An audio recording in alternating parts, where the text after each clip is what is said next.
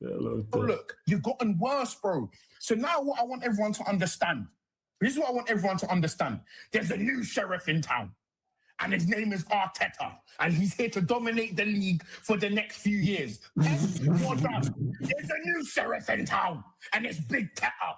Big Teta, the Arsenal. We're back. We are back. The Invincibles, they're nothing.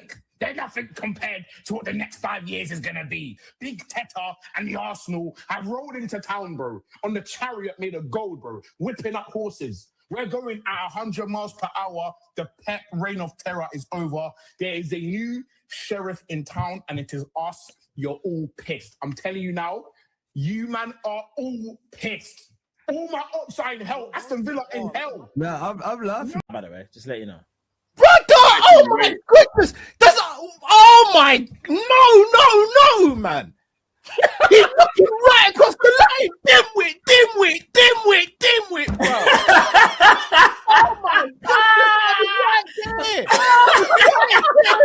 Cal's crashing out. Cal's crashing out. Bobby put someone right. Oh my God! For the life of people. For the life of people. No, man, fully crashed out. Hey, man, he was at home just watching the game. Man forgot he was definitely on coffee. For me, you man. He balling out like that. He's making it rain right now over the balcony, just throwing money out to the streets for the people. Big up, Dio. Big up to all of you guys. Bismillah ar-Rahman ar-Rahim. Hello, everyone, and welcome back to the channel. Apologies for being late, you guys. This is 100% categorically my fault. I apologize. I'm so sorry. Got stuck in traffic. You get me? I was driving home. My bad. I spoke to the guys. Thank them as well for still turning up. I appreciate it. Big up, Lewis, Flawless, and Dio. All the links are in the description. Go give them all a subscribe, please. Appreciate you all. Don't forget that the code MHF15 still applies. 15% off. So go get yourself a shirt, you guys. For 15% off. You know, this is where I got this Netherlands shirt. I don't have to hate watch now that they've sacked Arne Slot. Anyway, big up, y'all. Like, share, comment, subscribe, all that good stuff. And let's start with the precious topic of the day. And actually, I want to start off with Chelsea today. Usually we start off with the Arsenal topic or the Liverpool topic, but there's actually been links. Talk about with us. Yeah, there is. I'm going to tell you now. Yeah. Hold on. Because Vel sent it to me. Hussam, hold on now. You can't start the stream like this. What? You can't just skip over me and go to 10th position and talk about like, oh yeah, let's start with I mean, they know us, but we still got to introduce champion. I got to introduce. I mean, I don't even know what there is to talk about with our club right now. It has been horribly boring. Huh? Can I tell you what there is to talk about, and then you can decide if you want? According to James Ollie, Chelsea are tracking Aston Villa forward Morgan Rogers, Crystal Palace midfielder Adam Morton, and Nottingham Forest defender Murillo. Look at Chelsea. Jeez. Yeah. Jeez. This guy has 185k followers on Twitter as well, so he's not like some. Those are names that we've been interested in for a while, but it's just tracking. We're not doing anything. Okay, so tell me your thoughts. You know, this is what we're here. We're here to analyze things that might happen or won't happen or will happen. We don't know. Unless the transfer window, Lewis, it's not your first rodeo, Habibi. No, I hear it, but like transfer windows don't really hit the same over here anymore. They're just very disappointing. So we don't fall for the Kool-Aid. I don't even know why you're surprised when I've said the last 8 It's not Kerpy Luke's disappointment for us. Come on, celebrate winning transfer windows. You've heard me complain about windows for the best part of 2 years. Lewis, now, Adam Morton would. Let me say this to you real quick. You guys hired Xabi Alonso. That in my eyes is a total direction away from how your ownership wanted to operate. So doesn't that tell you that these players you're linked to are probably players that they could go for because Xavi is asking for them? Because Alonso wants them. Because again, you getting Alonso is a big. Do you understand what I'm saying? Like if you had brought in another Rosinha type manager, I'd be like, you know what? Yeah, but these were players we're all linked with before Xabi Alonso was even appointed. I know, but I'm saying the appointment of him, doesn't that give you a little more confidence? Like, I'm just like, if I were, I'm not going to lose every week now. I might actually like enjoy watching my club play again, but it's not going to. That one move isn't going to be what gets me back into a title race. It needs to be a good window, a window that they haven't shown they're capable of producing for the last 3 years. These are all names that we've been linked with, and a lot of these names would also depend on players being sold, like Enzo Fernandez being sold, and then maybe you might see us go in for an Adam Wharton, for example, or maybe a Bruno G. But these are all just players we've been linked with, and we haven't made any sort of movement on anyone. If any, I think Morgan Rogers goes to you first off. We're both interested. He apparently wants the Arsenal move more, so that one's already gone. Adam Wharton depends on Enzo Fernandez. Here's the problem with that. They hold on, also want Gibbs White. Hold on, no. So let's play. Arsenal also want Gibbs White, so they might choose Gibbs White. Ain't it like one or the other? It's one or the other. Yeah, that's what I'm saying. So they might choose Gibbs White. Oh, no, so it's not a guarantee. I'm not saying Rodgers should choose Chelsea over Arsenal. I'm saying Arsenal themselves could choose Gibbs White. It's more Rodgers than Gibbs White for Arsenal. You know why? Because of the age bracket that Arsenal likes to go for. It's more Rodgers than Gibbs White. Gibbs White is older. That's the reason why Arsenal will probably go more for Rodgers. But that's not even what I wanted to say. Lewis, let's play this thing where we say Xabi Alonso now has full power as a manager. And regardless of who stays or who goes, he wants these players and you get these players. Do you think you challenge next season? Xabi Alonso gets what he wants. He gets the players that Hossam listed right now. You get Rodgers, you get Murillo, you get Adam Wharton. That's a very good window in my opinion. Outside the forward, and with Xabi Alonso, I still need more centre backs than just Murillo. Okay, I want a complete overhaul of the back line. Badiashile gotta go, Tosin gotta go, one of Chalobah or Fofana but with these three coming in and Xabi Alonso, where do you keep in mind, Lewis? You only play one game a week, though. Yeah, I know that's a good advantage for us, but I need the window to go through first. No, I'm saying let's make an assumption that the window has gone through. You've gotten these three players. You have Xabi Alonso. Where do you see yourself next season? Because 10th this season is where you ended. Where do you see Xavi taking you with these three players added to your team? Is what I'm asking. 4th, maybe if everything falls to plan, 3rd, but that's still not good enough for me. It's been 5 years, and like that's what you're gonna bring for me. I mean, but this is just. But Lewis, this is just assuming that the only three coming. Maybe more than three will coming down the line. We don't know. But as of today, I'm just thinking if you think that you can get 4th with those three players and Xabi Alonso, imagine what you can get if you get 6 players in and you get rid of some of the other players. I don't think top 4's like. I don't think we can't get top 4 with no changes just off having one game a week. Like these players checked out from March. Like I think this team would be straight back in a top 4 race, but that's not. I don't care about that, bro. Like we've been there, we've done that. We shouldn't be thinking about just getting back into a top 4 race. The fact that we're in this position is just disgusting, personally. So yeah, I think we can get back into the top 4, at least the top 4 race, just where we are now. But no, I need more than that. And right now, we haven't done anything. Like we've just been quiet. It's been straight radio silence over here. Partly because a lot of our main targets are just either being looked at by other clubs that have Champions League football or who can offer higher wages or both. Lewis, I actually think you're underestimating your club for the first time since I met you. I think I'm gonna put out a statement. Optimism this season. Are you surprised? I'm gonna put out a statement. Let me tell you. I think Chelsea, in my opinion, given the conditions, before people in the chat get mad, given the conditions, I think Chelsea could be ahead of Man United. No. Xabi Alonso, let's be objective. Everyone take a step back. Forget who you support. I'm always objective. Mikel Arteta is currently the only Premier League manager with a Premier League. Okay? Outside Mikel Arteta, objectively, probably Xabi Alonso is the 2nd or 3rd best manager in the whole league. That's fair. He's up Liverpool there, have announced Iraola, right? I wanted Iraola. He's better than Iraola. He's better than Carrick. He's better than De Zerbi. Like, let's be honest. Yeah, well, I mean, but yeah, Hossam, what you're basing this on is basically what he has done in Germany, and I hear that. I totally understand. No, but even what he's done in Madrid, by the way, Dio, 1 second. You do realize when Madrid sacked him, go back and look. They are 1 or 2 points behind Barca. They finished 20 points behind them. I haven't finished my statement. I said what he did. I was continuing. Yeah, he had 75%. Let me finish, Hossam. Let me finish. What he did in Germany, what he did in Spain, we haven't seen it yet. You didn't even let me finish. You're jumping down my throat. Like we haven't seen it done yet in the Premier League. That's number one. Number 2 is he's in a club that has a wage system that I think will not work for some of these big players that they're trying to go for. I don't see a Morgan Rogers who can sign a new contract at Aston Villa and probably get 125, 130 if he wants it because of how well he played this season. come to Chelsea and Chelsea says, we'll pay you 150 and then the rest on bonus, he'll go somewhere else. So the issue might not even be with Xavi. It might be with the quality and caliber of players they are able to pull because of their wage system. Now, Okay, I understand hold what you're on, saying. hold on. So here's my question. But here's the thing, Let Dio. me You finish didn't my, let so me here's my finish my question to thought. you. You didn't I let just me want- finish I my have a thought question because for you. it's Let me- not things are a combination. We have to combine the conditions. I think, respectfully to everyone, I think, and we'll get to Arsenal in a bit. I think Arsenal might go back to back just by definition. But we're talking about Just Chelsea. let- We're talking about. But we're one talking second, about hear me. Chelsea Tayo, and let me Xavi. finish, Habibi. Habibi, let me explain. Wait. I think Arsenal might go back to back just by definition. You want to know why? The other 5 clubs, there's question marks.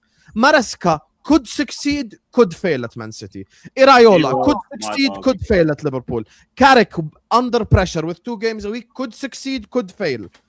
Lewis club, Xabi Alonso could succeed, could fail. Your club, there is no question marks. It's the I hear same you. manager for the last 5 years. But You're that's going what- to improve your forward line. Hear me out, ya Habibi. Now, the thing with Chelsea is the following. I'm looking at the conditions of Chelsea. They play 1 game a week. Their manager, objectively, is better than the other top 5 managers outside Arteta. On paper, he's a better manager than Maresca, than Carrick, hear you. than Iraola, than De Zerbi. That is manager alone. So manager alone for me is Yeah. 50%. He's 50% of the chances that they have. The other 50% they're ahead of us already. Hold on. The other 50% is the quality of players that they bring in. And I'm saying to you, this Chelsea has not, for example, are you going to break your wage structure now and say Morgan Rogers, who is on 150 at Aston Villa, we're willing to pay you 250 to come to Chelsea. Meanwhile, there are Chelsea players who you've already signed for 8-9 years on that wage structure of 150 and a bonus.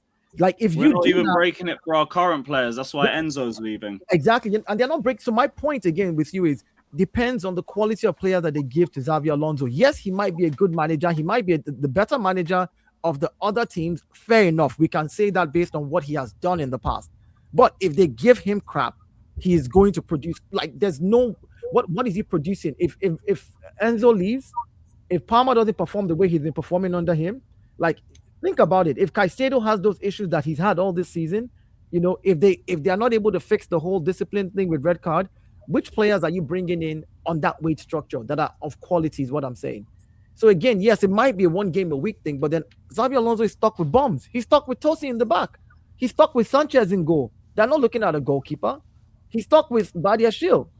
Yeah, I'm stuck with Cucurella. Like every now and then, when his head is hot, they touch his hair. Nah, Cucurella going to be gone too. Exactly. Do you see what I'm saying? So my point is, yes, I rate Xabi Alonso as a better manager than the others, but what is Chelsea offering this guy? Is the question as a club? Well, you said more control, and like every player that leaves and comes in is going to have his say so on it. But I'm going to see it all. I'm going to believe it all when I see it.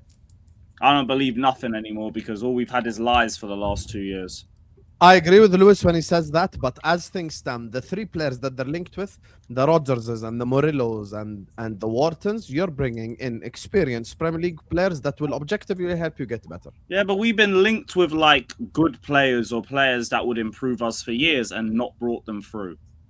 That don't mean nothing to me. Like, great, get them in a Chelsea shirt and then I'll give a shit.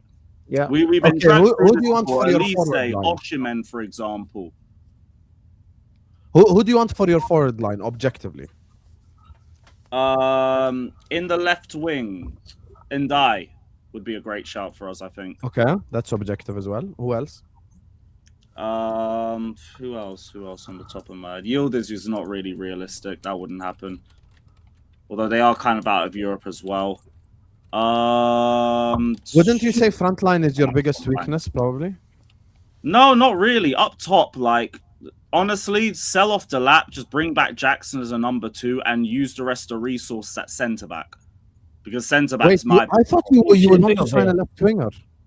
The what? I thought you would want to sign a left winger directly. Yeah, we want to sign a left winger too, but the biggest problem is the centre-backs. That's the main problem. Fair enough. I thought for you would focus more on centre-backs than anything else. Yeah, centre-backs. Sorry, my bad. Forwards more than anything else. No, you've seen all the problems we've had this season. The goals we conceded have been comical. And that's before the red cards. Colwell came back after 6 months and looked like our best centre-back. And we're already 3-0 down. I agree with Lewis in terms of see it to believe it. I just don't think Chelsea are in a bad position right now. That's all I'm saying. In With what Xabi sense? Alonso, Bad position. No, I wouldn't say that they do have a very good manager. Yes, but again, like it is for all of us with them, recruitment. That's what it is, and keeping players. Is Enzo leaving? Is Cucurella leaving? But they're two of their better players as well. We all know that they need improvement in their forward line. They also need improvement in defense as well, and their goalkeeper also. Now, if they get these things, which they are capable of, then yeah, they will be one game a week as well. As I was told about Manchester United, that makes it much easier, so they'll sail through that. But like Dio said, wage structure, if they are willing to break that for certain players, not go silly, but maybe just a little bit more. So, for example, Morgan Rogers, I'm just throwing him out, but insert player name here into that with it. But yeah, Chelsea are like, they're not. It's not a terrible situation. For example, I hear someone says Vlahovic, Dusan Vlahovic comes to Chelsea. Dusan Vlahovic is on £320,000 a week right now. Yeah, it just wouldn't happen anyway. And to be honest, Chelsea's not paying that wage to Dusan Vlahovic. That's the problem that I have with Chelsea. That's the first thing. The second thing is Vlahovic shouldn't, not for him. No, I'm not even saying that. I'm saying like no matter. I'm just saying like there's certain players out there like Victor Osimhen. Do you think Victor Osimhen is coming in for 150? Yeah, Osimhen, put the money down for him. But that's what I'm saying. If you then break the cycle for Osimhen and you don't do it for your current players, there's going to be turmoil in the camp. Players are going to be like, oh, you're bringing in a new guy, you're willing to pay him 350. I've been here 2 seasons and you're asking me to work for bonuses. I don't think that's healthy.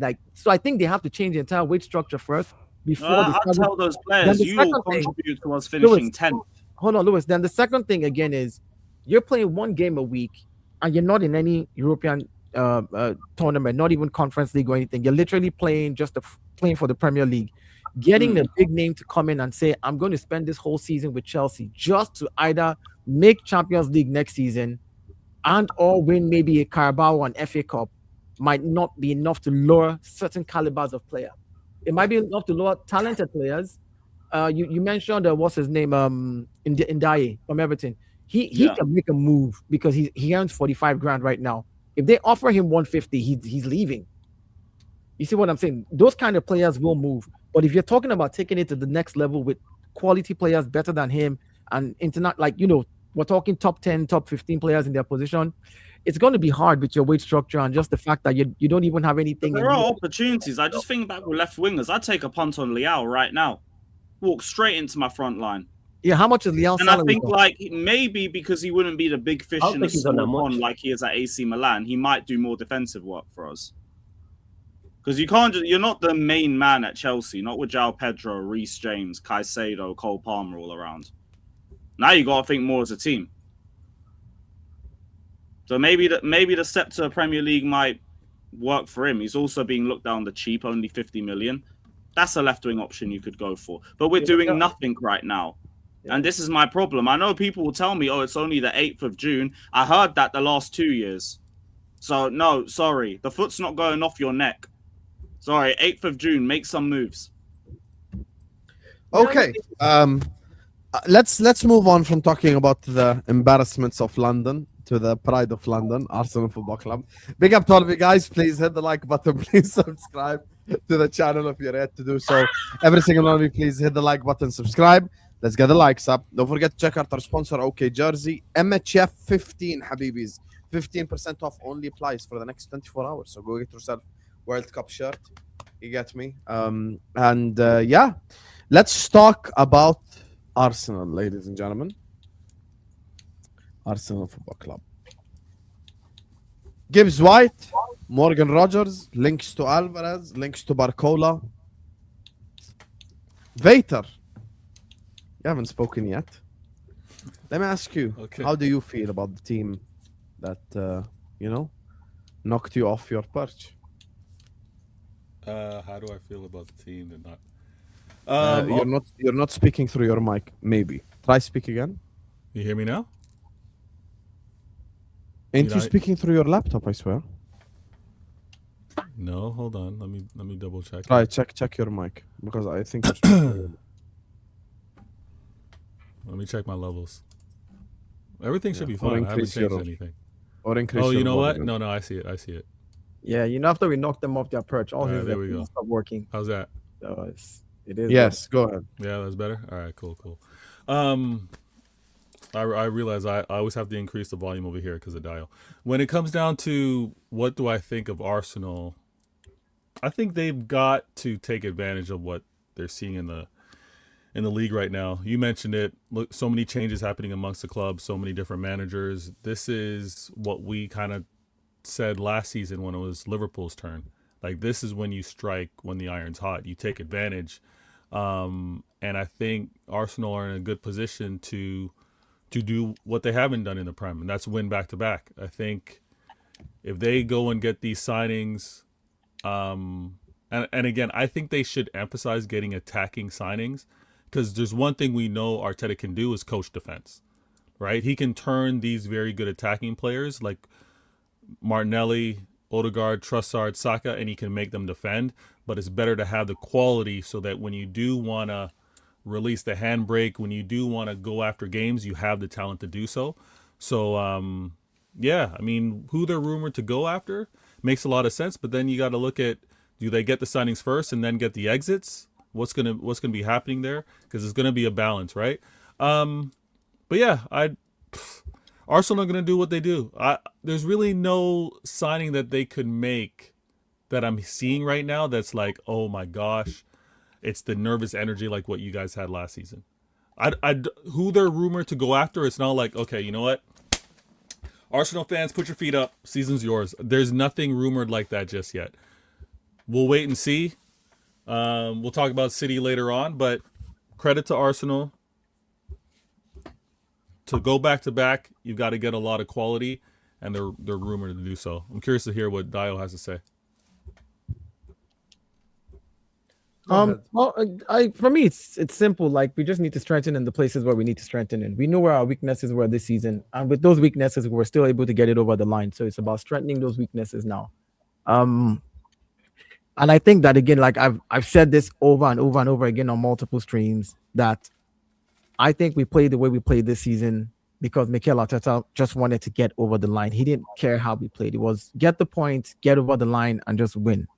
Because if you look at the way he's played over the last 3 seasons, you can see that with the same, and there's a core member of this team that won the league here this season that have been there for the last 3 seasons, and those core members have played very good football in the past. 22-23 season, we saw the likes of Odegaard and Martinelli. 23-24, we saw the likes of Kai Havertz in the back end of the season, scoring in 14 out of 16 games. You know, we saw all these players do very well. I think it was just a change in system to be able to not lose games that made us look that way this season. So I think next season, again, Arteta has shown that he can change the way he plays every season. I think next season we change the way we play. We bring in the quality players that we need. I think on the right-hand side, for now, we're still good. Between Saka and Noni, hopefully they get back to full form and Noni can keep pushing Saka to be better.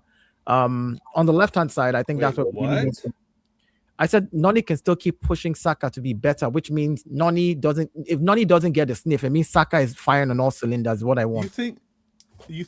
Again, they're both England internationals. They didn't call him into. There's a reason he's there. There's a reason. Look, you might not rate the player because you hear Noni Madueke. He's a Premier League winner who played games when Saka was injured. And even though the levels dropped as regards to the output in goals and assists, the levels did not drop in the output when it came to what he contributed in attack, taking on his man, creating chances. I don't think the GA output dropped. So let's not even do that whole thing here again. Once you hear Noni, I'm saying you have. I didn't even say anything. I was just very surprised when you want to talk about challenging Saka. You can't have 2 Sakas on the team is the problem. No of team is good. Not. Exactly. So I'm saying Noni Madueke is not challenging Saka. Let me finish. I'm saying if Noni is improving, Saka realizes, okay, hey, this guy, it's going to take a while to catch up to me. Fair enough. But if he improves, if he has a mad run out in the Carabao and the FA Cup, and his numbers are crazy, and Saka is playing in the league, and it is looking like Noni is more effective in those cups next season, that allows the other player in front to sit up. Players need to buckle up, is all I'm saying. So whether it's Noni or we bring in somebody else, I don't care. The point is, on the right-hand side, we're fairly okay. On the left-hand side, we're not. On the left-hand side, we have to fix a lot of things, right? Trossard, every now and then. On the left-hand side, do you need to change? Do you need to change a starter, or you're good with your backup? I think we need to change both of them. And the way I don't think you have a Madueke quality backup over there. No, we don't. We don't have a. So on the left hand, our left hand side has been our weakest side. Again, this season, I looked at all our stats. Majority of our transitions and majority of our opportunities came on the right hand side with about 42%. Again, this season, on the left hand side, it was about 29-30% or something random, and the rest was through the middle. So again, for me, the most important thing is if we're changing. Oh snap! What happened to my camera? It doesn't like. Something happened to my connection. Anyways, on the By the left, way, Vader, I think, like, here's the thing. Arsenal could fall into the trap of changing too much. And I witnessed it at my own club. Like, selling Kwanzaa and selling Diaz and selling everyone. we like, did that last season. Here's the thing. Yeah, Dio, Habibi. Dio, can you let the man The thing is, like, for me, I'm looking at Arsenal right now. If I'm Berta, you want to know what I'll do? I'd sell Martinelli and Jesus. I would buy 2 forwards and a backup midfielder, and that's it. Call it a day. Don't fuck around. Because here's the thing. In my opinion, Arsenal have the easiest chance at winning. You said Arsenal have never done a back-to-back. You're correct. I'm gonna be objective about this. They're the most stable club right now in the top in the top 6. Mm-hmm. They have by far the most stability. No new manager, no new nothing. They have just come off winning the Premier League title. If they improve, their biggest weakness is their front line by far. They buy a striker and a left winger and a backup midfielder. They're good, bro. They don't need to do any extra shit. I think Dio believes there's a lot more weaknesses than that. I don't believe there's a lot more weaknesses. What I'm saying again, much. yeah, I never said there's a lot more weakness. I said our left side. No, more than that. No, but that's what I said.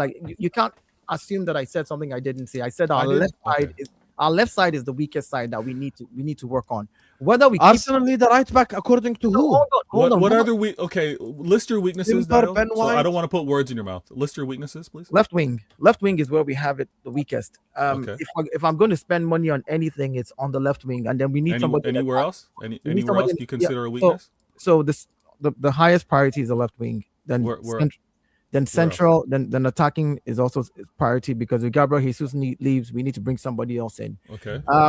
In defense, I think we're still good. It's just the whole defense. You're good. Okay. The whole right back with injuries or no injuries. I hope that the right back both of them. Are they shitting on Ben White for no reason?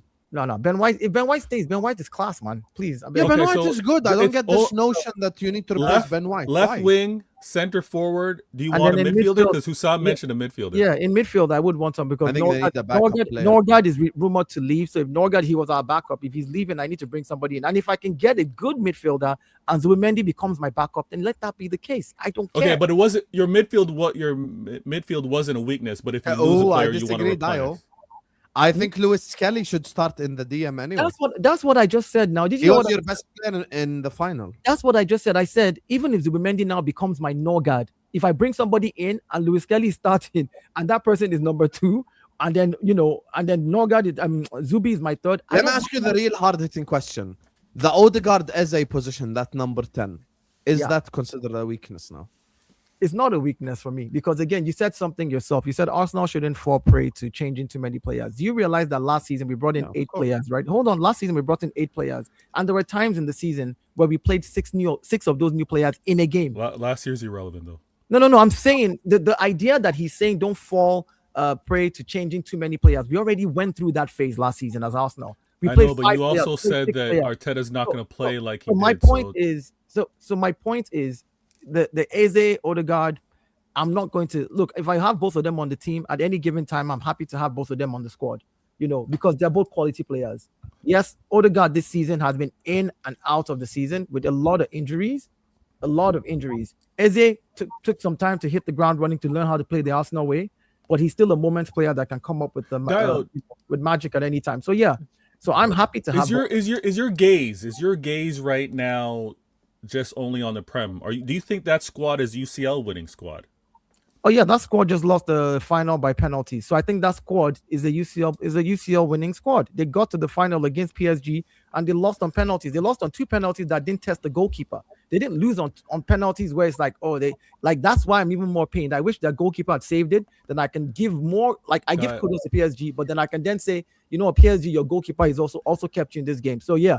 A team that went unbeaten, this same team that went unbeaten in the Premier League. Can I ask you a follow-up? Do you think that the squad that you currently have and the minor changes that you're discussing, do you think that survives if you're on the other side of the bracket in terms of the challenge. This is I know where you got to making it to the final, but you got to think that the run might be difficult. The run might not be the same. So when and again, this isn't a trolling thing. It's whether you're thinking just Prem or you're thinking UCL in terms of quality of squad to go forward. Do you think it might be more than just left wing and center forward? I mean, this team faced Bayern on the route to getting to the final of the Champions League. This team faced Inter Milan. This team faced Atletico Madrid. This same squad faced some of the bigger names that the Barcelona's lost to the Atleticos. The names that people want to say on the other side. The Bayerns on the other side. We met them. The PSGs along the line. We met them. We beat them in the league phases. So my point is simple. Maybe you can say in the knockout stage things get more tense. Players get a little more nervous. Fair enough. But if you're asking that was this squad good enough, they just showed you that they were good enough to make it to a final. They just showed it. So that's not even a case of and I don't predict the future. So I don't know what next year is going to be like. I don't know what Champions League will be like next year. I don't know what teams will. No one's asking you to predict the countries, but I do know that we're in a strong position because if you've been there once, then you kind of now have an idea of what it takes in a quarterfinal, the pressure. You have an idea of it's even worse if you had lost to like a Porto. Like to a Lisbon, that would have just been horrible. If you had lost to Atletico, like you know how bad people would have said, "Oh, you were one of the best teams at the beginning of the season. Look at you now. You went unbeaten. You're losing to Atletico." So handling all that type of pressure too and making it to the final, hey, I think eventually they already know how to get there. So let's see next season. We should be able to pull something out of the hat for that. But for the league, yeah, we need left wingers. We need a midfield. We need to replace players that leave. But looking at the goalkeeper as well, because I think they said Kepa might be leaving. I'm hearing rumors. I don't know how true it is. But if Kepa leaves, we need somebody to actually come in and be a number 2 goalkeeper. Raya can't do everything from beginning of the season to the end. So, yeah. Okay. Vader, do you believe City are capable of stopping Arsenal? Depends on the summer acquisitions and departures. I'm losing. Okay, guys, when I'm asking you these questions, this applies to the whole panel. Let's assume you have a good summer. Let's just assume you have a good summer. If I have a good summer, yes. Okay, so talk to me. Chances, possibilities. If I have a good summer, my chances are much like they were this past season. Yes, I have a new manager, but I would have a summer where I'm adding to winners, I'm adding to experience, and I'm adding to a team that would be very disappointed to have failed in terms of accomplishing the domestic trouble. So chances, I don't know. Advantage is still Arsenal. You want to go 60-30 City and then the rest of the field. Maybe you do something like that. But again, if everyone has good summers, it's really hard to really put a percentage on it. I think But you were asking Dio defining questions. Why can't you define it for your own club?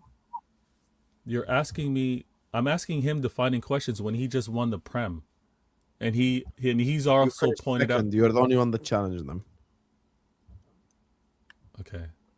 So I finished second.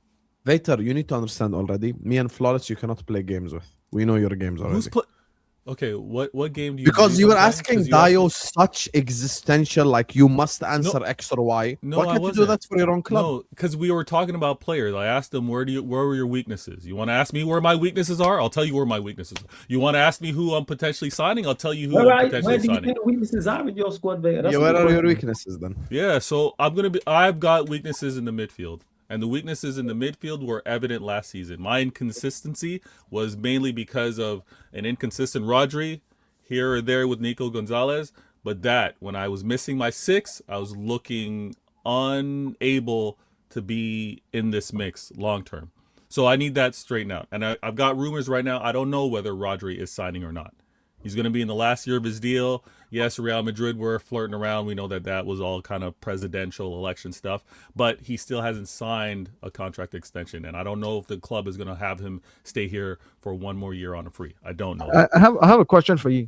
So if you strengthen your team in the summer, if you get Maresca, do you survive the other side of the table that you are on for the Champions League? Because teams like Leverkusen that you lost to on Bodo Glimt, we played Leverkusen, we beat them. And people called it an easy game. But you lost to them, so I lost to them during the league phase. Yeah, I'm saying, but then again, I played them. Yeah, and then I played them in the knockout stage, right? If I'm not mistaken, and I beat them. But then everybody called it easy, but you still lost to them. It was the same team, same Leverkusen team, same players, same manager. Yeah. I think I beat them on. a two-legged So tie. my To answer your question, Dio, I think I beat them on a question to you two-legged is- tie. My question don't to you is think- on the side of Okay, the you got table another that you were on, if you had qualified, do you think you would be able to like the side Yeah, off? if I was on the side of the table, yes, because it would be a two-legged tie, and I think I can navigate the two-legged tie in a one-off game. You were on the Arsenal side, remember? In the Champions League, remember you were on our side. No, I wasn't on the Arsenal side.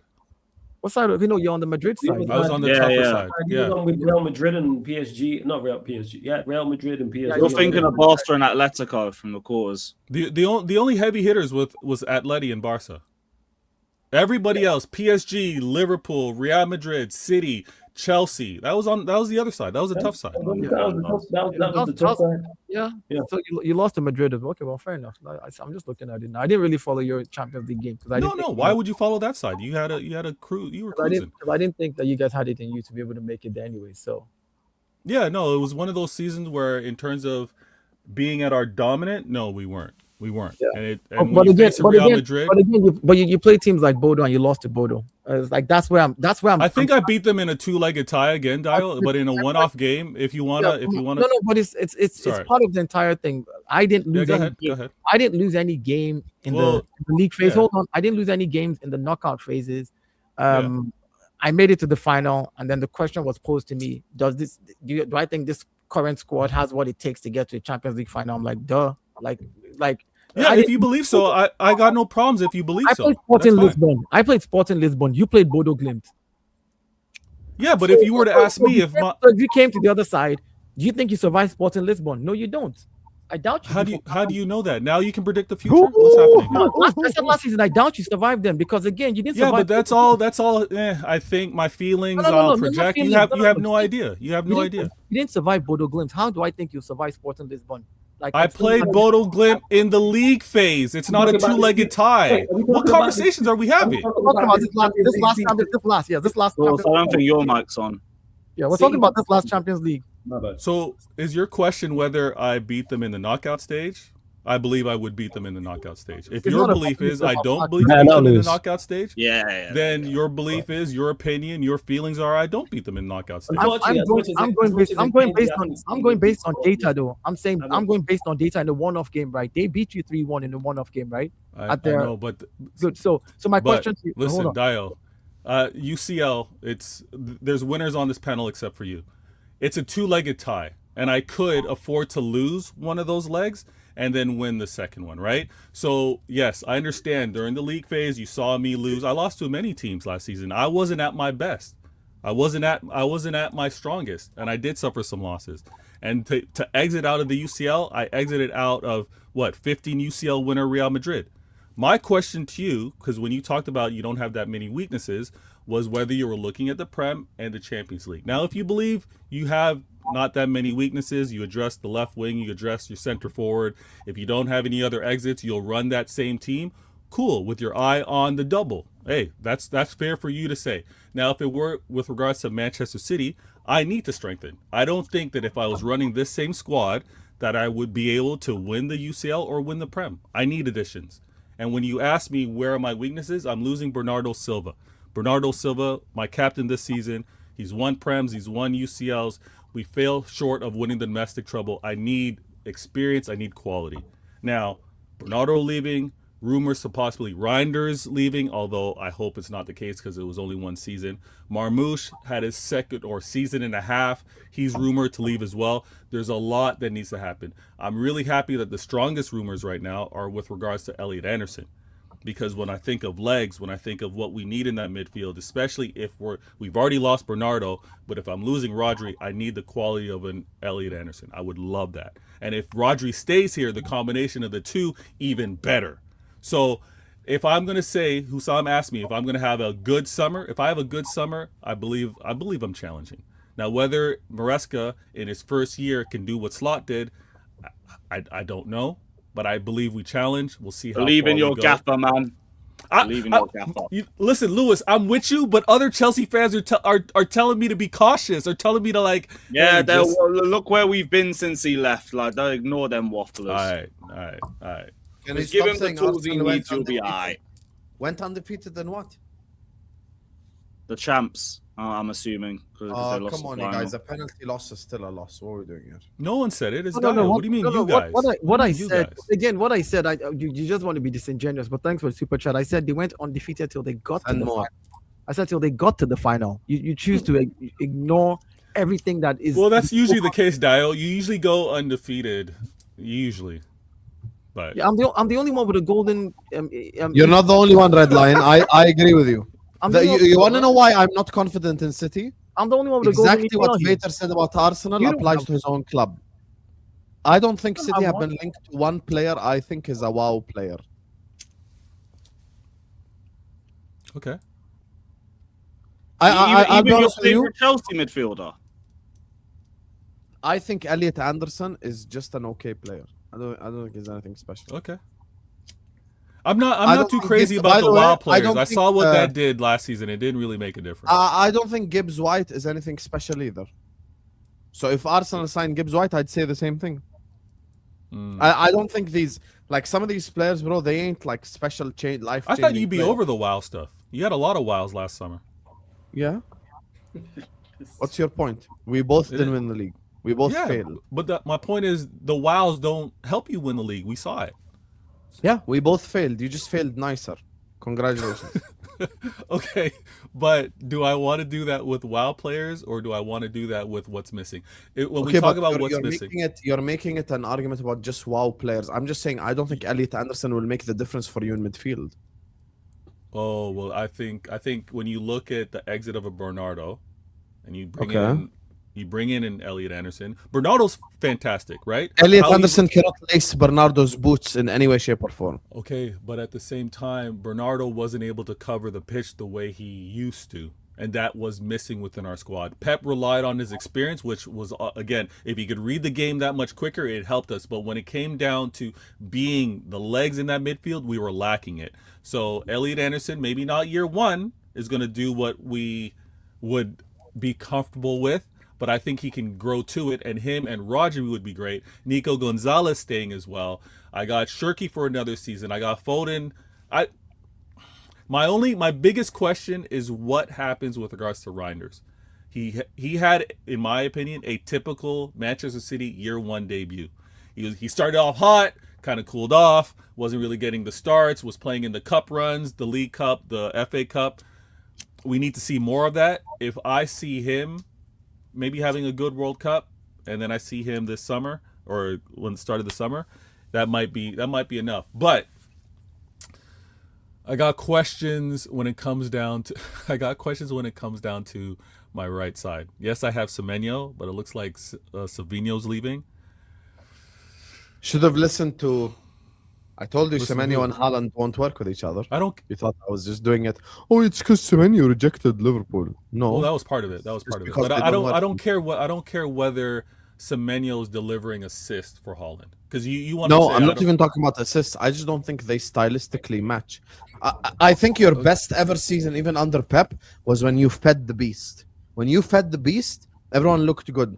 I think you've had spells this season where Doku and like a Savinho would play on the wings, and you would look better than without Semenyo. You would look better just because everyone's trying to feed Haaland the ball.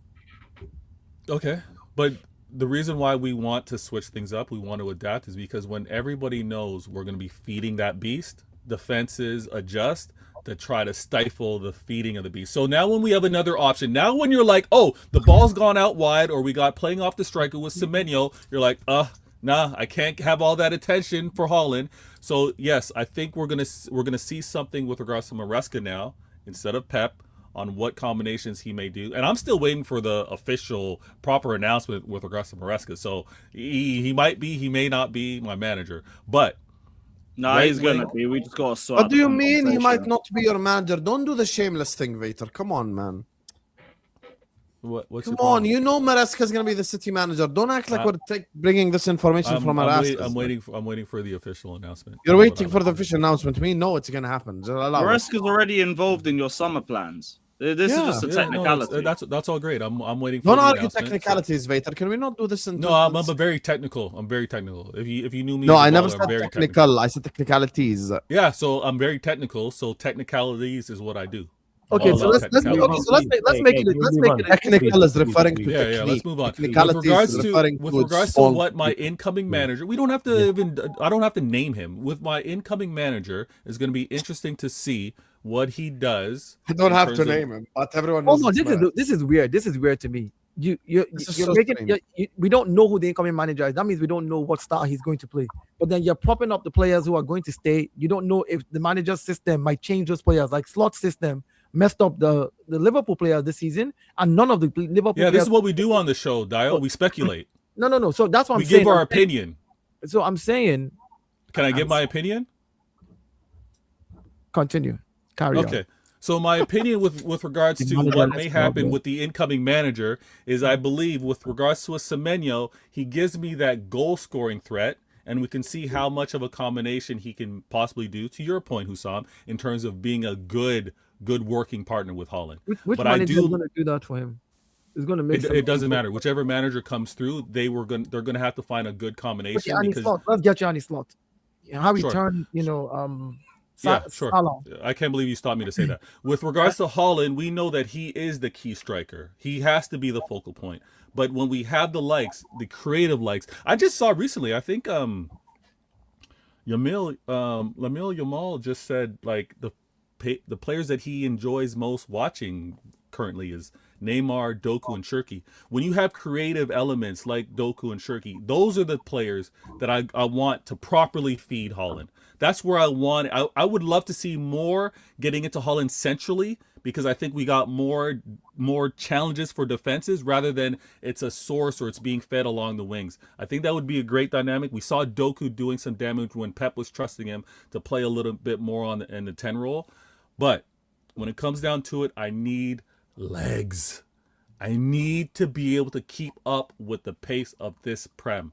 And if there's one thing that current league winners in Arsenal showed us, is that you gotta have everybody locked in defensively, being able to make recovery runs and clog up that midfield. And I think that's where we've been most vulnerable. When we didn't have Rodri playing consistently, we were vulnerable. When Nico Gonzalez, again, the infamous Fulham game everybody wants to remind me of, when we're leading that game 5-1, that comeback that happens from Fulham is because Nico Gonzalez was subbed off because Pep was thinking about upcoming games needing his legs. So there's a lot, but if it looks like I'm the only one that's being expected to challenge Arsenal, is that the case? Is that what's happening here? Who the fuck else you want me to expect to challenge Arsenal? No, that's fine. Yeah. Low expectations. I'm accustomed to that.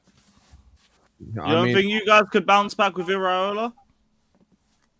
If we have a good summer, we have listen. I've already said we only have a 5% chance. Oh, this I think nonsense. I think if City, Arsenal, and Liverpool all three have a good window, I think 70% Arsenal win it, 25% City win it, and 5% Liverpool win it. I can't see a different winner out of the three. So but you don't I think a think good window for you could close the gap? No, you can close the gap, of course, because the gap is large as fuck.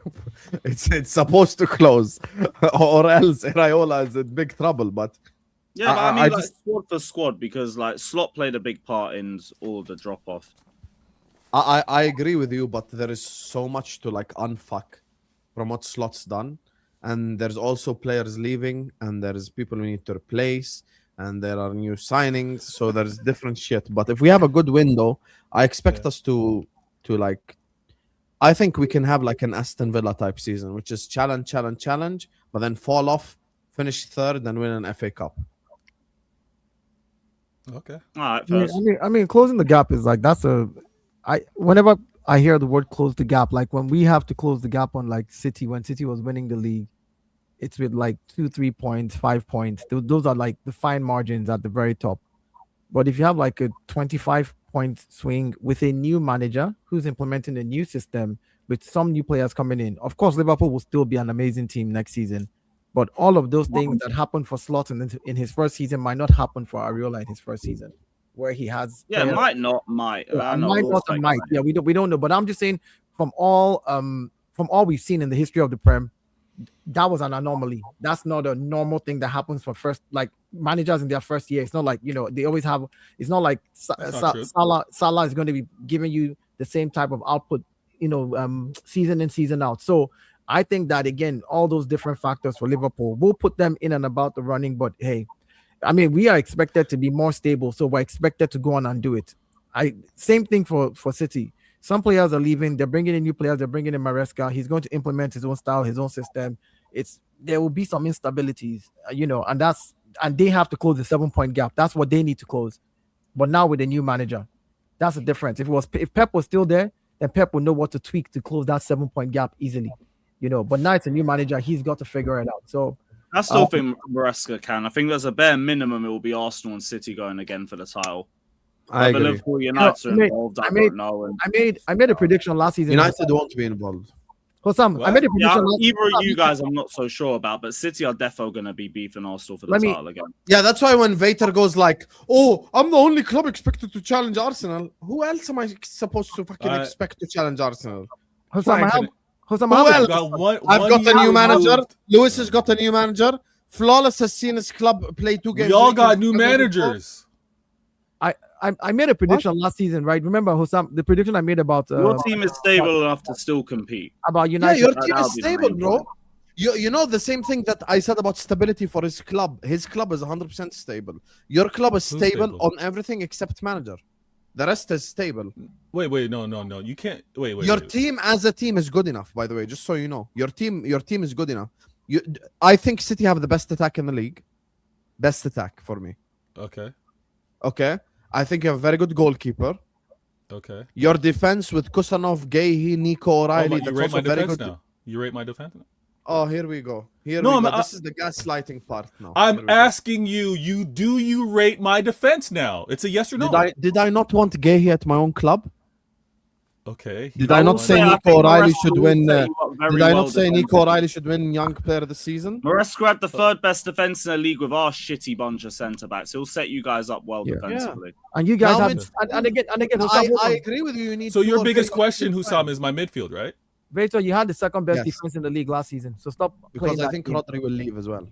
You consider the second least goals in the league. Rodri's gonna go Madrid. Yeah, you're gonna be just fine with Maresca. Trust me, you're gonna be good. But again, last season I made a prediction and I said United were my dark horse to make it in top 4, and everybody was like, yeah, somehow blah blah. I'm making a prediction again before the season starts.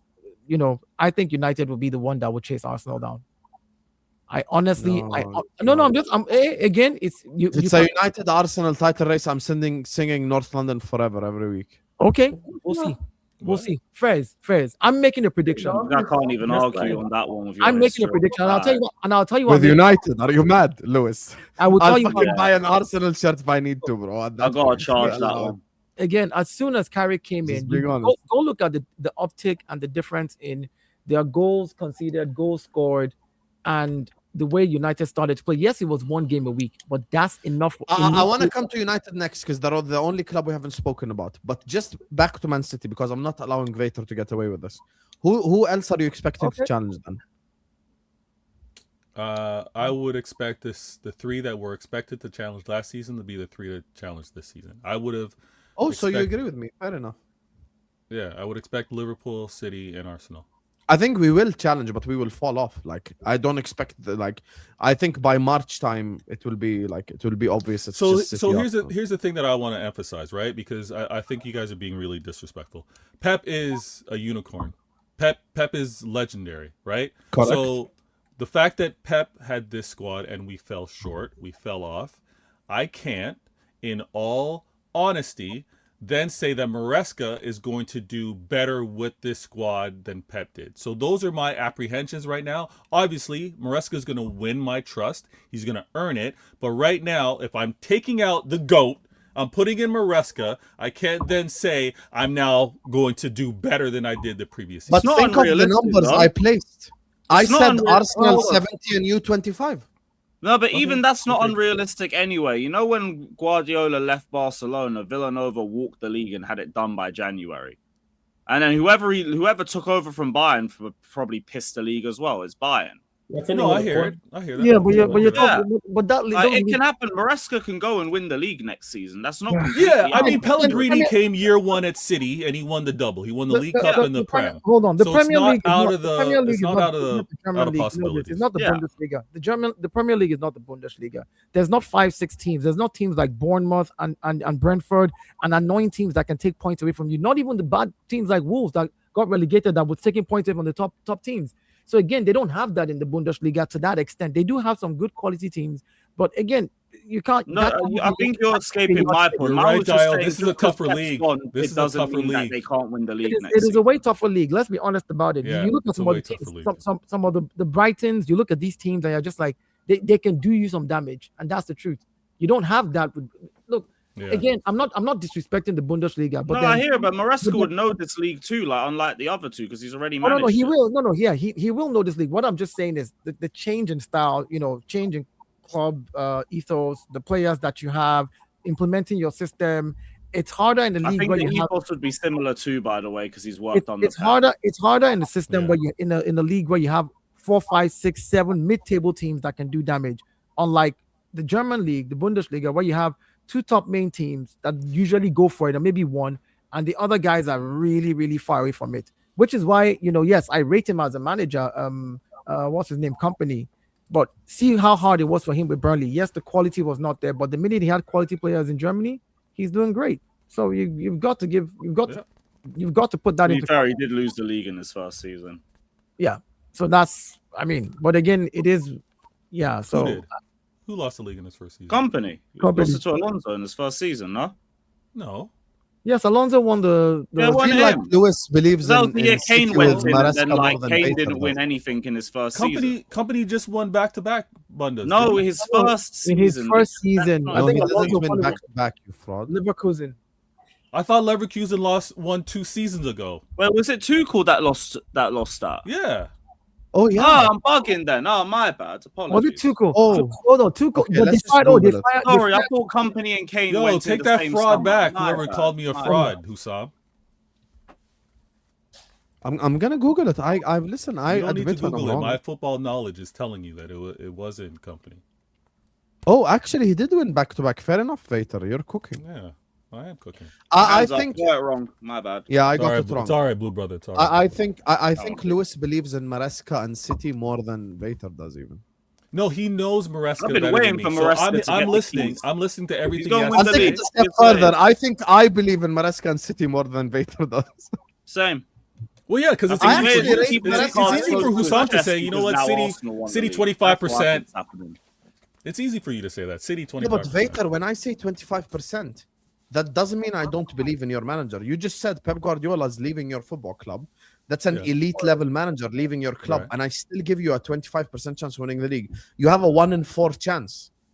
Yeah, I yeah, gave myself a But 1 even in with 20 how much we chance. respect Pep, by the way, let's not pretend like City fans haven't quietly been on to Pep for the last 2 seasons as well. I've seen a lot of criticism towards him. Obviously, But yeah, with no, all they due could be- respect, Of course. but the criticism has been there for him. Yeah, and they were on him for the quality of what he is, and I'm not. So maybe again, with that in mind, you might have needed a little bit of a switch up in the back room. It's just mad because There's I no think one I that think- knows the 2 years players without a better than title. him. again. We'll see what It's Maresca crazy. does. I know, I get it. You got too much respect for Pep to say it, but No. I've seen a lot But of It's a again, wait- it's a wait and maybe see. that It's a wait and changed see. that For you me. have It's a wait and see. Lewis, you have to realize this, right? I mean, Pep is arguably one of the greatest managers we've ever seen. of Arguably. course. Good. So that standard, it's people like Pep and Fergie that are in that category. There's nobody in that category that you want to put in there, except people like that. When someone like Pep leaves, I don't care how bad. I don't care how bad. Don't let's not do that. Rafa. I don't care how bad his last 2 Just seasons, joking. right? In his worst season, he won a FA Cup and a Carabao Cup in his worst season leaving, in his last season leaving, and that he didn't even do well in the big trophies. So you have to give him kudos for who he is. Anybody who steps in is going to be a big shoe to fill. Right? I don't care what your ethos is, if it's similar. I don't care what your system is. You're stepping into a club where one of the greatest managers has done a madness. 20 trophies in 10 years. That's averagely 2 trophies per year. You're literally 16, no to the Shields. 16. 17. Oh, 17. 17 trophies. That's for you. I don't disrespect what the man has done. He said 20. I'll say it's 20. When the owner says it's 20, it's 20 to me. I'm not listening to somebody on the internet. Hey, the You Premier can't League make says it's an Shield, official we don't. friendly. Yeah, Yeah, I don't count community shield. whatever, The goals whatever, and assists don't count for stats, so Verts wouldn't be on Don't double disrespect assist. the either. English Super Cup. Don't disrespect the English Super Cup. whatever fans want to say, they should say. Good The point, owner, Lewis. the owner of the trophy said he has 20 in 10 years. I'm gonna take his word for it. That's the guy that The won red it. cards don't carry on either. Here's the cerebral reason why I want to keep things Cerebral. Yeah, cerebral. This is why I want to keep. Cerebral. Just let him carry on, man. Jesus. Okay, you can roll it. I'm not gonna roll it. When it comes down to filling the goat's shoes, I think that also that can do a madness. So I got to take a step back. I got to see how my incoming manager navigates all of those high expectations, the standards set before him, and obviously the knowledge, or him acquiring the knowledge of the players that he's got to manage. Again, I completely 100% accept. He's been there before. He was there in your treble season. I know, but as an assistant. Yeah, but like he's been around that climate. Yeah, no, I get it, but it's still, there's an acclamation. There's him now making all decisions, everything going through him, his coaching staff. Listen, Pep Linders is gone, Kolo Toure's gone. Like, he's going to be doing all this on his own. I want to see how he sets things up, and I get it. I am the most expected to put up a fight the longest for this Arsenal. I get all that. Mighty Liverpool, 20 trophies, nah. Mighty United, 20 trophies, nah. Chelsea, we know they're rebuilding their thing. Spurs just barely survived. Aston Villa, Unai Emery, it's going to be interesting to see when they talk about, you know what, the expectations are now the relief of winning the trophy. Unai Emery now Emery ain't delivered. winning the league. Allow it. He ain't. No, he may not, but he can challenge. He's a cup manager, you know. Okay, He's a cup manager. But he could be he could be a manager to challenge, where we think it might not be a Liverpool, it might be a City, Aston Villa, and Arsenal. It might be about to lose Rodgers. Maybe. Okay, let me grab the supers before we move on to, you know, Invader's words. 20 titles, Man United. So if, Liverpool had wow players last season. How did that go? I'm glad you asked that question. Great super chat. Great super chat. Outside Arsenal, because none of you guys rate them, so I just don't want to entertain the debate. Didn't every single league winner have wow players? When we won the league, Salah was wow, Alisson was wow, Van Dijk was wow, Trent was wow, McAllister, you guys were calling him best midfielder in the league. He had a wow performance. Gravenberch was one of the best DMs in the league. The year before that, when City won, it was Haaland not wow, was Rodri not wow, was KDB not wow, say was his name. Bernardo Silva not wow. Now let's say his name. Foden. Player of the year. He was wow. Okay, no problem. Foden was wow. I'm gonna use even the anomaly as a benchmark. The year Leicester won the league, Vardy was wow, Kante was wow, Riyad Mahrez was wow. There you go. So you definitely need wow players. Just because they sucked at Liverpool does not necessitate that you don't need really good players, bro. By the way, like, let's not do that. Actually, bro. who was wow for Arsenal? we don't need wow players. I think, in my opinion, Saliba, Gabriel, Declan Rice, and David Raya. Those are my four. Defensive. Yeah, they're a defensive team. Everyone need to get over it at this point. Not only is it just a defensive team, we're a team that knows how to defend. Just put the right definition on it. It's just a defensive team. Just Make it Pep balanced. plays possession doesn't mean everyone has to. Vater is a technical gaslighter. I agree with that. Technically, a massive gaslighter. I got the technique. Don't worry about it. Oh my God. Man City will never be able to replace Semenyo. You cannot replace a player with 20 goals per season. You guys are doing YouTube analysis. I'm actually not. I'm doing everything outside YouTube analysis. I think Semenyo is a fantastic winger. I just don't think he would work with an Erling Haaland. So, you know who Semenyo suits? Chelsea. João Pedro. So hold on. Deep. No, my sporting directors are too busy sucking off Garnacho's agent. Okay. Hold on. Let me understand this. I think they made the right move, Louis, saying all that. Go on. Yeah, I bet you fucking did. When you say Semenyo can't work with Haaland, if we were to look since Haaland's been here, right? He's going into his fourth. No, this was his fourth season. All right, so he's now going into his fifth season. So we won, lost, we just lost. He's going to a fifth season.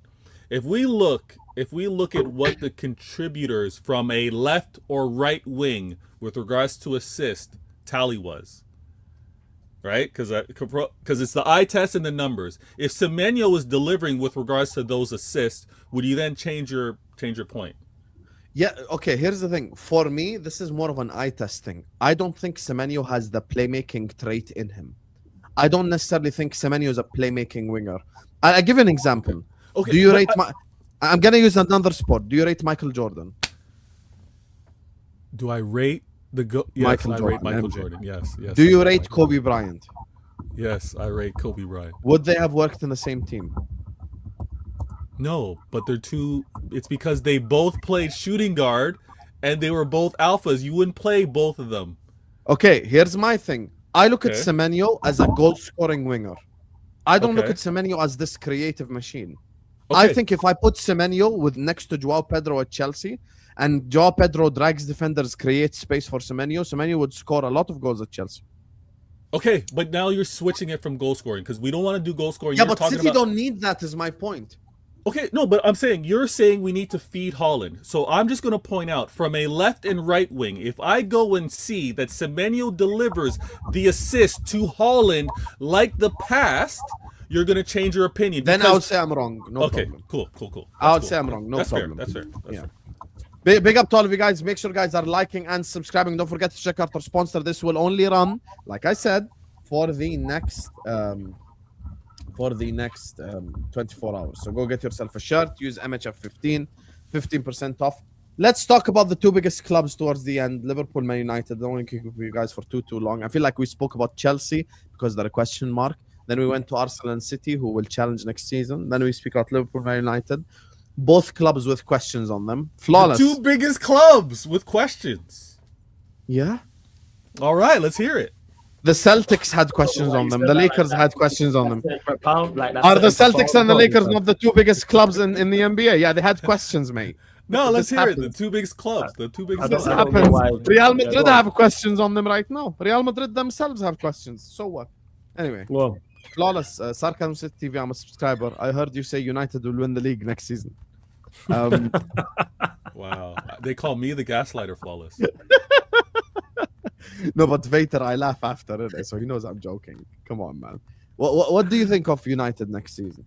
yeah, people keep saying this again. I keep tying back into it. Like I keep saying it, recruitment.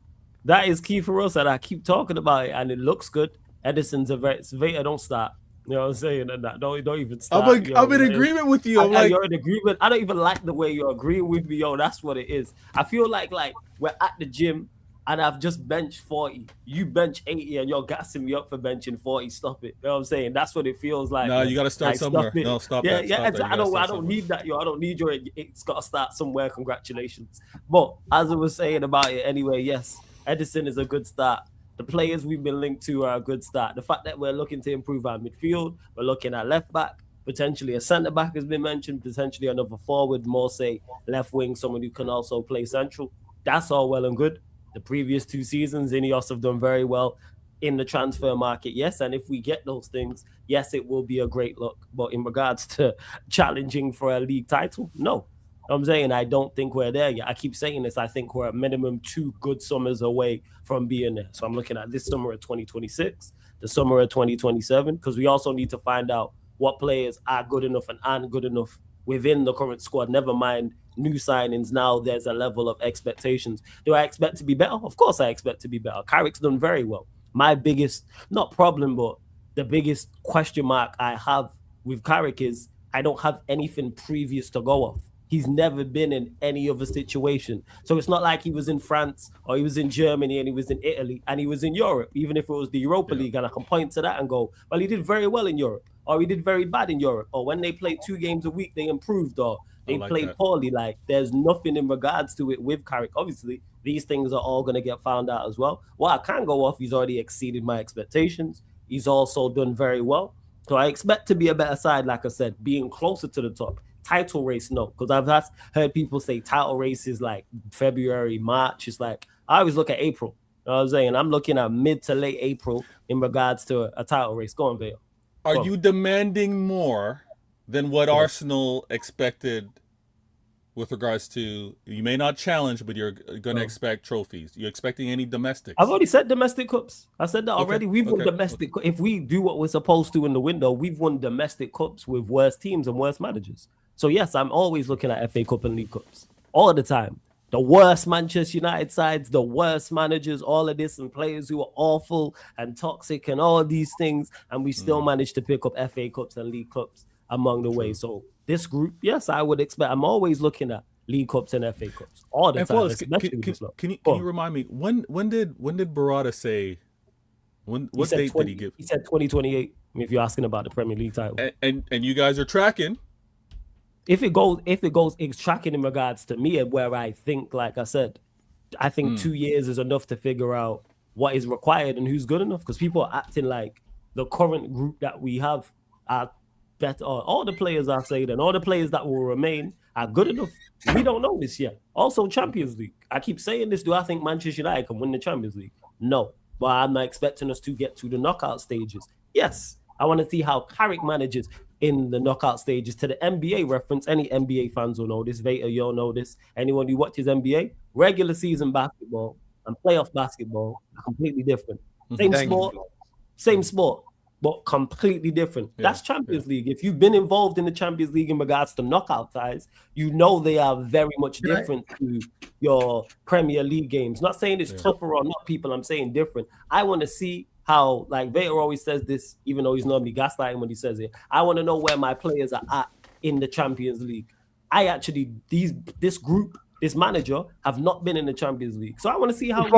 Flawless. Can I say something about that? I think Carrick. I think again, being honest, I appreciate my thought process about Carrick is the fact that he's the unknown, right? And the unknown is difficult to play against. We don't know his style. So there's not much that a lot of managers can sit down and watch, except for last season, those last 10, how many games that he played, to actually try and figure out. And if you notice, in every game, he kind of just changed things. He was just steadying the ship. So there's not a lot to work off with Carrick, which might make it very tricky for teams to go up against him in the first half of the season. I think that this is why, for me, United is my dark horse. My thought process now. In the chat, yes, they're my dark horse. This I said it at the beginning of last season. Yeah. I just meant I know you said it last season. You're saying it again this season. This season it's going to. I think that honestly, I don't know why I feel this way. I might be wrong. I'm not a fan of that phrase, but I know what you mean. I genuinely feel like United are the team that are going to actually push Arsenal the furthest. I don't know why I feel that way, and it's because of that unknown. Because again, I look at Arsenal this last season. What we did in the first half of the season is what literally won us the league. And the last 5 games, the first half of the season, the amount of points that we racked up, the things that we did, the whole of October and November, where we didn't have any shots on target against us, where we won 9 games in all competitions, and that was where the league was won for us. Because going forward, we had racked up space, so even when we faltered and dropped points, we were always kind of ahead. At only 1 point in the league was it that City caught up with us on the same number of points with a game in hand. So I think that unknown would help Carrick. That's what I feel. I feel the unknown managers, it's hard to figure them out. It's hard. My thing is, I'm not even being anti-United. I'm just being objective about it. When you play, I'm gonna give a very realistic scenario. Nothing mad. I'm not even gonna use big clubs to show my example. Let's say United are playing Brentford on Sunday at Old Trafford. And then on the Tuesday or the Wednesday, they're going to travel to Atletico Madrid or whoever, Villarreal, Valencia, whichever the fuck Spanish club made it. And then on the Saturday after, they play Brighton away. These are the conditions that Flawless is right to question. I'm not saying Man United will fail 100%. I'm just saying, can we see it first? Because until we've seen it, we cannot be objectively like 100% confident in Man United challenging or winning the league. Like, for me, I feel like Man United fans, thank God Flawless here. Let me give you an example of challenge. I feel like United fans are actually, and this is the thing they don't realize, by placing win the league expectations on Carrick, you're actually shooting him in the foot before the season has started. You really are, by the way, because you want to know what's going to happen now? You turn on the overlap, Gary Neville and Paul Scholes and all the former Man United players are telling you how they're the biggest club in the world and that they must win the league. You go to Old Trafford and your expectation is winning the league and all that shit. And you're applying extra pressure on your own club. You're literally making Carrick like go into a season with extra unnecessary expectations on him. What happened to just let's get better, which what Flawless said, let's get better, win an FA Cup, and we're good to go. You don't have to like learn to run before you learn to walk. Yeah. Let's establish being a Champions League presence first. So yeah, Hussam, here's let what me- I'd say to that. Hussam, No, okay, go on. Let those Flawless fans- respond, please. if Dio. Let those fans, and I get what you're saying, if those fans genuinely believe that Manchester United can win the league, I understand those expectations. If they look at it and go, I look at what Carrick's done, I expect him to get better. I look at the improvements we're going to make. So let's say Manchester United do make the right recruitment and people believe, that's where I'm at with it. If you're a United fan and you genuinely believe Manchester United and Michael Carrick have a squad and a manager in this coming season to go and win the league, fair say that. Do I believe we will have that? No. I will definitely have more. Like I said, we'll know these things into the season. 3-4 months into the season, I'll have a much more clearer idea of where I'm at with Carrick and like, do I like this trajectory? Do I not like this trajectory? So again, a lot of it is the unknown with Carrick, but where I have to give him credit is he's done exceptionally well up until this point. So if people expect him to get better with better players, because I think we'll get better with better players. Now, a whole Premier League, that's a whole different conversation. But do I expect us to get better and get closer to the top? Yes, that is credit to Carrick. That's also the squad I expect us to have as well. But well, like I say, And November again, time, we'll know. when I hear rival fans say, "Oh, you know, they're going to be playing multiple games," they're not stupid, right? They're not going to try and go full speed on all fronts in all 4 tournaments. The manager will look at what he has and decide, okay, how are you saying this as an Arsenal fan who just what got to I'm the saying? Champions League Listen, final? You have to go. No, you're wrong. talking about You have to go full speed in the Champions League. Let me finish. You're wrong before you even finish. Champions League, you have to go full speed. I'm not going to do this with you. I'm not going to do this with you. I'm not going to do this with you. You cannot rotate in the Champions League, Flawless. What are we doing here? What I'm talking about is Michael Carrick's I don't know what he's going to experience. say. Exactly. You don't even have an idea I of where I'm just know going. what he's going to say. I have no idea where I'm going. Just because of that one statement, you want to change the entire conversation. That's not the conversation I'm having. Conversation I'm having is on Carrick's experience. At some point, that manager is going to have to make a choice next season where he's strongest at some point, because of where he's at in his career. As regards to the fact that you still need 2 windows to get your full squad to where you want it to be. So you can't go full pelter. There'll be injuries. There'll be things that will bring you down. And in certain games, you're like, you know what? Hey, I'm going to go for an FA Cup and I'm going to try to get as far as I can in the Champions League. You're going to have to pick one in Carrick's state at some point next season. He's not going to go all for quad. That is mental, because he brings in 4 or 5 new players this season in the summer. That's just mental. He's just going to burn out the Dio, players. I don't disagree That's with all you. saying. I'm saying no, but this is where you're wrong. When you're in the Premier League, you have to go full speed. Everyone here agrees. Now, the other competition you have to go full speed is Champions League. Bro, Man United are not going to go away to Atletico and rotate half the team. No. You want to know? rotation. In my lifetime, one second. In my lifetime, I've seen one big club do that, and the manager got abused for it. You want to know who? Brendan Rodgers. Brendan Rodgers at Liverpool in his last season. We went away to Real Madrid in the Bernabeu and we rotated. The media and the Liverpool fans all killed him for it. How dare you rotate? I'm not talking about rotation. That's why I said, Hussam, if you listen to my statement, I said at some point next season, because of the squad he will have amassed this summer, which is not the full squad that he would need to go on all fronts, he's going to have to make a choice at some point. Because remember, injuries are a thing in every club. If some of your key players are injured halfway through the season and you're Michael Carrick and you're at a point where you're like, look, I might have to now rotate in the Champions League just because of the major injuries I have, just to stay relevant in the Premier League. These are things that happen. I'm not saying that the manager's mentality is, oh, I'm going to only go for 2. No, he's going to go for them. Don't get me wrong. But when these things begin to come up, because again, this last season, they only played 1 game a week. So they could manage their injury. They could manage the workload. When you're playing multiple games, for example, Zubimendi, in his first season at Arsenal, has broken the record for the player in Arsenal that's played the most games ever in Arsenal's history since the inception of the club. 57 games out of 63 in one season, over 5,000 minutes. Of course, the guy burnt out towards the end of the season, and everybody started criticizing him. He's no good. Look at him. But there was no context around the fact that this guy literally this season has broken the Arsenal record since the club started. The player that had the most was like in 1978 or something. He had 55 games. Zubimendi played 57.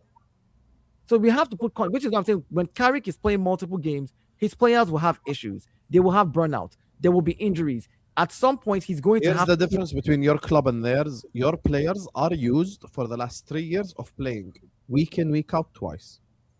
That's what I'm saying. I'm saying his players are going to have to get used to. This is the advantage, by the way, Liverpool have over Man United, which is our players is used to doing this shit. This ain't new. This is one of the advantages. Just like I say, the Chelsea advantage is having Xabi Alonso over us and playing one game a week. The advantage we have over them, which is why I only give us a 5% chance, is the players are all used to playing 2 games a week. This is the thing. So Man United have to prove that they are capable of doing this challenge that everyone set on them. Yeah, but everybody's setting a challenge on them that they didn't set on themselves. That's the part. I expect the players to do so still. I do expect the players to. I don't think 2 games a week is a problem. I think people really overestimate that. I think it's more so the lack of quality. That's what it will be on. That our quality isn't up to scratch, hence why we'll fall short. I don't think it's a 2 games a week thing because we had one game a week. We had one game a week and struggled at certain points during the season. You know why? Because the quality of the squad is not there overall. Exactly what I was saying. It's a quality thing. You bring in quality and we'll be fine. Say again? That and you had a garbage coach. Too. Nah, I'm not talking about that footballing terrorist. I'm talking about when Carrick was in. Even during Carrick, like every game we didn't win and play well. Certain games we won and it was a straight bar fight. Certain games we drew. Again, we battled to a draw. Certain games we lost, we didn't play well. Because like I said, I know where this squad is at. It's not. That's why I don't worry about the 2 games a week or it's 1 game. No, that's why I give Carrick credit for it. Because if it's 1 game a week and it's easy, every game would have been, oh, you only did well. No, we did well. It wasn't a 1 game a week. We have quality out there. That's what it was. It's just that people were convinced because of Ruben Amorim that the whole squad was terrible and 15th was okay, and then the likes of it will be like, that's oh, what we're getting now. Be in the table and all this. Like, no, as I've said from the jump, the team was way better than what it was shown under. It was miles better, but people were trying to gas it like it was. Oh, you lot deserve to. Vader said Sunderland's defense is better. Crazy. Yeah. Would you take a season in mid-table or would you take a team who was 7-4-8? No, I wouldn't take 7-4-8. Wait, we lying on people now? You're going over the top. It's this show. Come on, it's done. Hassam, you know, he's like, yeah. Or would you take a season in 7-4-8? No, because we're not 7-4-8 best team. That's why. And then all of a sudden, Carrick joins, no new players, and we had the best. We accumulated the more points than everybody. Beat everybody. Beat every top team. What are we doing out here?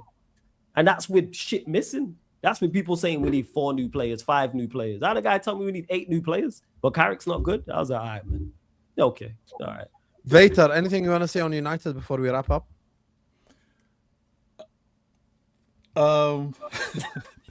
Why are you scared of Flawless, bro? You stream with him every week. Yeah, you know what he is? He just formulated his bullshit. That's why, but he just no. Listen. The working out. Is there any bullshit you've formulated? No, I don't do that. That's a gaslighting question to start with. But I'll say this. The optimism with United fans is nice to see. I like that Flawless has his feet on the ground. He's like, you know what? Continue to show me things. I mean, I was one to say, you know what? This Glazer-Ineos dynamic duo, it's working out really well right now. I'm curious though, because Carrick is consistent over at United. Yes, he had he didn't do all of last season, but he did a good chunk of it. Flawless just spoke about how the second half of the season, no one's done better than them. I'm curious, are there less questions at United than there are at Liverpool? Because Hussam said 5%. He expects Liverpool to be 5% challenging, right? Yeah, 5% is nothing. But I'm curious if there's less questions at United than there actually are at Liverpool, and whether some of that percentage should be cut off. Maybe it should be like 3 Liverpool, 2 United. Like we should include United maybe that team. I think to answer your question, I think both managers, no matter who you rate above who, have the same question marks over them.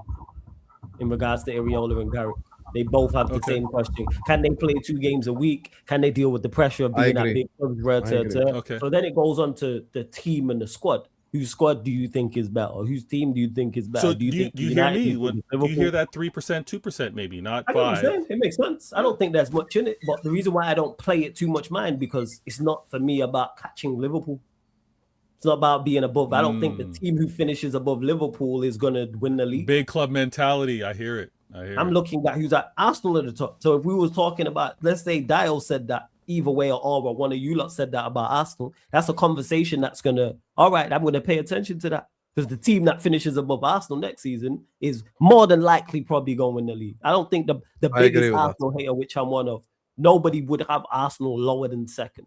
Even if you don't think Arsenal going to win the league, I don't think anyone has two teams above them. So if you finish above Arsenal, you have a fantastic chance of winning said league. So if we're talking about that, that's a whole different conversation. It's great for banter and shits and giggles to talk about, oh, who's better at United and Liverpool. And of course, it's great finishing above Liverpool. Of course, I love to finish above Manchester City. Is that going to win me the league? That's the thing. And by the way, Flawless is actually being. Let me prove Flawless's point to you, Vader. Let me prove Flawless's point to you. You ain't no, you're not proving anything to me. Good questions, bring good answers. I asked Flawless, and this is why we got here. Calm down. A little bit of Flawless prop, and you have error in your brain. Relax, Habibi. The last 10 years, United have finished above Liverpool in 6 of them. Okay. But in the last 10 years, United have 0 leagues and 0 UCLs. Liverpool have 2 leagues and a UCL. Of course, you would rather be Liverpool than Man United. I agree with Flawless. This is not about who finishes above who. No one gives a fuck. Literally 0 fucks given. If we finish above United or United finish above us, we don't have our own version of St. Tottenham Day. No one cares, bro. I didn't bring that point up. Not a single Liverpool or United fan. No, because I'm actually speaking for both fan bases here. When you're a Liverpool fan or you're a United fan, literally no one cares who finishes above you. Who? Your aim is to win the big stuff. I think we are both working towards that. And what he said about Iraola is spot on. I wanted Iraola at Liverpool. When you guys asked me, would you take Iraola? I said yes. Who would you take to replace Slot? I said Iraola. Iraola is my guy. Yeah. However, the biggest question is, can Iraola handle 2 games a week? This is reality. Why should I deny reality? This guy. But why should I deny reality? No, that's fine. Can Iraola handle 2 games a week is a real question that needs to be answered next season. That's the truth about this whole thing. Absolutely. But when I'm talking about when I'm talking about Man United, that's why when I spoke about Man United, Flawless didn't go like, you have an agenda or any of this, because what I said is real. We need to see, can United do 2 games a week? Their players and their manager. The only difference for us is we have players who have done it before. That's it. Yeah, and out the whole Liverpool team, they've all done 2 games a week before, and they've survived. For me, the manager needs to prove it. But at Man United, it's the manager and the players that need to prove it. That's it. You know, my biggest fear with Iraola at Liverpool is the interview with Semenyo that I watched when they asked him about his time at Bournemouth and what he thought about the manager. And he said, great manager. He says, when he came in, he implemented a new system where they had no days off at Bournemouth. And I think that could work at Bournemouth because they play maybe 1 game a week. They weren't playing, you could do the whole, but when you then have 2 games a week, you're going to have to change what you're used to and what your style was as a manager, training wise and otherwise. I want to see that. That's where I want to see what he's able to do. Because again, at Bournemouth, you have a system that worked because you only had that 1 game a week. Now you're going to have 2 games a week, and you're going to be sometimes even 3. Where you play on the Sunday, go play midweek Champions League and play on a Saturday. So between Sunday and Saturday, you play 3 games. And so that would. I don't mind that because Klopp did that and it worked. Yeah, no, I get it. Klopp is a different manager. Though. I'm saying again, we'll see how he does it and how Yes, Hussein, you will be Caracat in December, not Flawless. You don't know why? Because Flawless has objective expectations of his manager. He said, let's improve, win a domestic cup, and show that we can compete in the Champions League. That's not the same as Man United fans saying we are going to win the league. This is the thing. You can say agenda all you want, but it's not agenda. When a United fan says they're going to win the league, they are skipping the whole steps of becoming a league champion. You're skipping all the steps. Now, I understand your squad can get better. Okay, I agree. United squad can get better. But Arsenal are not going to sit there and scratch their asses. They're also going to get better. City are going to get better.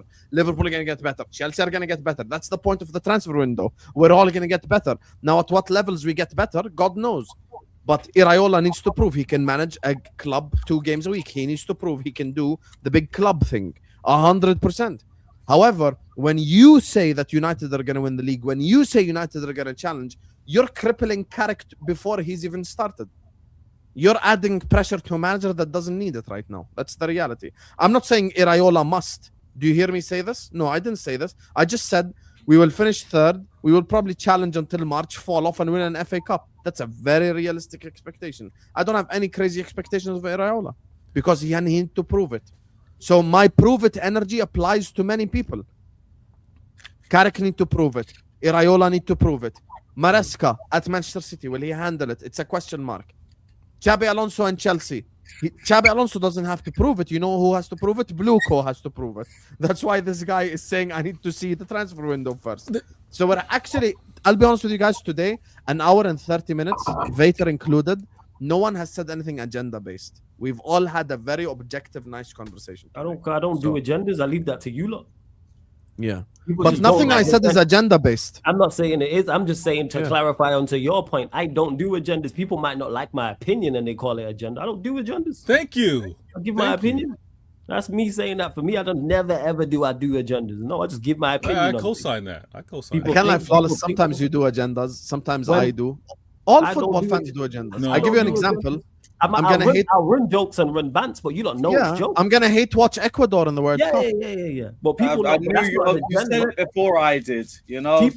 I'm gonna hate watch Ecuador in the World Cup. Caicedo must fall. It's people know that I'm running jokes though. I let that be At known. least we know Yeah, like I'll run jokes. Like of course Liverpool being bad, I'm gonna get my jokes off.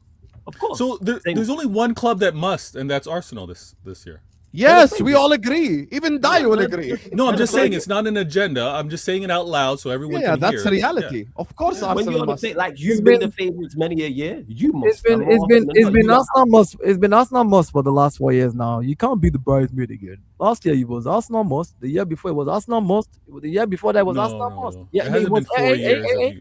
Let's not do this because this was 4 years of you. Listen. I've heard this after 2022-23 season.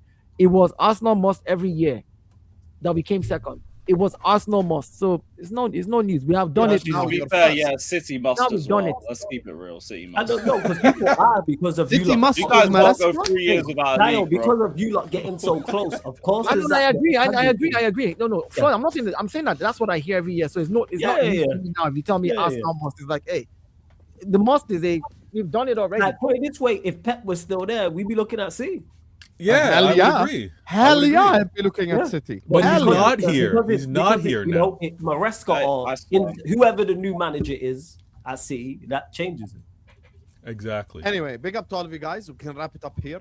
All the links are in the description. Carefree Lewis G is in the description. Vater Games is in the description. The Gunner Edge is in the description. I see Dio going live as well. It's not that Flawless isn't in the description, but Flawless is gonna be. We're gonna redirect it to Flawless because he's gonna go live now for a Q&A. So go over there to Sarcasm City TV. You'll see me in his chats as well many times. Hold on, how come nobody's saying Chelsea? I've actually been enjoying recently your arguments with Vikran. Actually, bro, I've been saying Chelsea must for the last year. Unless we're in a title race, I'm not happy. Young G, but he always on my case. You're the only one, Lewis. I'll be honest with you, you're the only one. I'm saying like I see Chelsea fans in the chat who just try to be quiet whenever we're talking about Moss. Sai head loss this season was hilarious.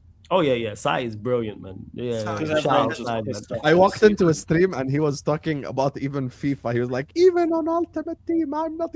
He was going mad. Anyway. Love you all. See you guys over on Sarcasm City TV on his Q&A. Go over there and show Flawless the same love you guys have shown me. Don't forget to check out our sponsor, OK Jersey. MHF 15 only applies for the next 24 hours. If you don't get a shirt, you're a fraud. Instead of buying £200 shirts, you can get your new season kit for just £15. And then you also get 15% off. So go over there, check it out, MHF 15.